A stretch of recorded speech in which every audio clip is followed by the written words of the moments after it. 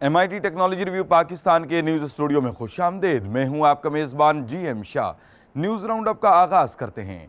Bulletin के आगाज़ में आपको एक ऐसे रिपोर्ट से मिलवाते हैं जो अरफा सॉफ्टवेयर टेक्नोलॉजी पार्क में रिसेप्शनिस्ट के तौर पर फराइज़ सर अंजाम दे रहा है। इस रोबोट का नाम रॉस है और इसको इंफॉर्मेशन टेक्नोलॉजी यूनिवर्सिटी के प्रोफेसर तलहा रहमानी ने अपने हममनसब डॉक्टर मोहसिन अली और इंफॉर्मेशन टेक्नोलॉजी यूनिवर्सिटी के vice chancellor doctor Umar Saif की मदद से तैयार किया है।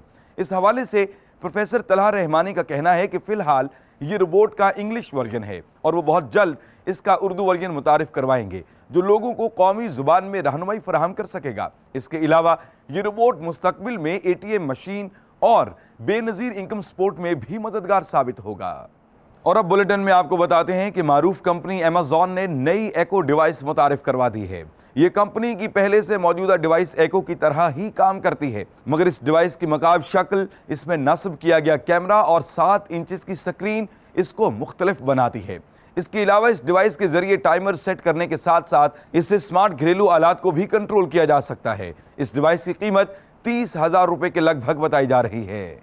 और अब बुलेटिन के आखिर में आपको बताते हैं कि नॉर्वेजन माहिर ने फलाही काम सर अंजाम देने के लिए मकड़ा नुमा रोबोट तैयार किया है। इस रोबोट की 6 टांगे हैं जिनको 3D प्रिंटर की मदद से तैयार किया गया है। इस रोबोट की सबसे खास बात यह है कि ये गैर मुतवाज़िन रास्तों पर आसानी से चल सकता है। इसके अलावा इसमें मोटर नस्ब की गई है जो 18 माह तक कारआमद रहती है, जबकि इसको रिमोट के जरिए कंट्रोल किया जाता है।